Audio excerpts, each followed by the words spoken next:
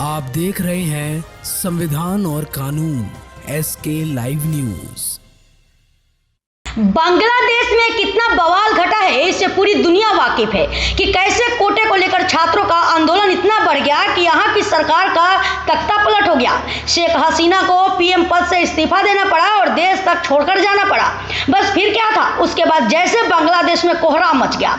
तस्वीरों ने वहां का हाल बयां कर दिया। तोड़फोड़, आगजनी और हंगामा बांग्लादेश में भरपूर हुआ और अल्पसंख्यक समुदाय के प्रति घटनाएं भी सामने आई, जिस पर अब सरकार के गठन के बाद पीएम ने हिंदुओं की सुरक्षा को लेकर इस बारे में बांग्लादेश की अंतरिम सरकार के मुखिया प्रोफेसर मोहम्मद यूनुस ने अल्पसंख्यक समुदाय और खासकर हिंदुओं पर हो रहे हमलों की निंदा करते हुए उन्हें घृणित बताया है। उन्होंने पूछा कि क्या वह इस देश के लोग नहीं है। बांग्लादेश की अंतरिम सरकार के मुखिया प्रोफेसर यूनुस ने अल्पसंख्यक समुदायों को खासकर उनसे सीधा सवाल किया और उसके प्रति हमलों के प्रति कड़ी निंदा की। उन्होंने पूछा कि यह हमले क्यों हुए, आप देश को बचाने में सक्षम है, क्या आप कुछ परिवारों को नहीं बचा सकते। जबकि हिंदू समुदाय ने सुरक्षा और न्याय की मांग करते हुए अपना अब तक का सबसे बड़ा प्रदर्शन बांग्लादेश की सड़कों पर किया। बताया जा रहा है कि प्रोफेसर यूनुस ने बेगम रोकेया विश्वविद्यालय में छात्रों को संबोधित करते हुए हिंदुओं को लेकर कई बातें कही। इसके आगे उन्होंने कहा कि आपको कहना चाहिए कि कोई भी उन्हें नुकसान नहीं पहुंचा सकता।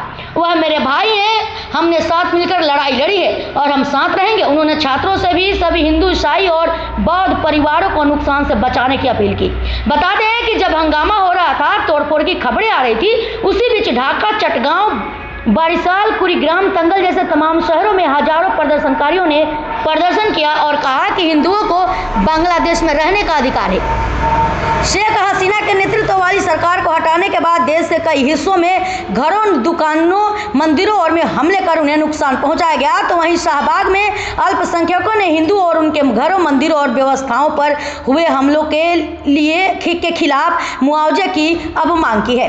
बांग्लादेश में अल्पसंख्यक समुदायों के सदस्यों को 52 जिलों में हमलों की कम से कम 205 घटनाओं का सामना करना पड़ना, जो आंकड़ा अब सामने आया है, वह अपने आप में चौंकाने वाला है। जब यह घटनाएं हो रही थी तो सोशल मीडिया पर कई वीडियोस, कई तस्वीरें सामने आ रही थी कि जिसमें पता चल रहा था कि किस तरह से वहां पर मामले हो रहे हैं, किस तरह से वहां पे अवरोध उत्पन्न हो रहा है, अराजकता फैल रही है। तो वहीं इस दौरान एक तस्वीर यह भी सामने आई जहां दूसरे लोगों ने मंदिरों की रक्षा की, यानी कि मुस्लिम छात्रों ने मंदिरों की पहरेदारी की और ऐसा तमाम क्षेत्रों में देखने को आया।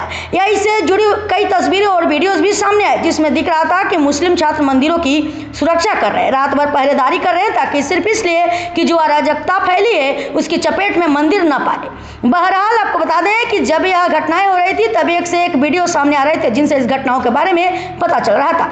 भीड़ सब कुछ लूट रही थी, यहाँ तक पीएम हाउस में भी लूटपाट मचाई, तोड़फोड़ की। जीते जागते वीडियो के सबूत है। इसकी तस्दीक है कि किस तरह से वहां पर हंगामा मचा।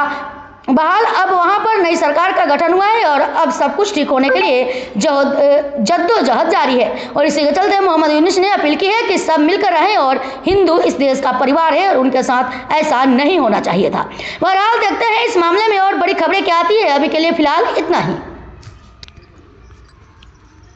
खबरों के लेटेस्ट अपडेट के लिए इसी तरह हमारे साथ जुड़े रहें और इस वीडियो को ज्यादा से ज्यादा शेयर करें।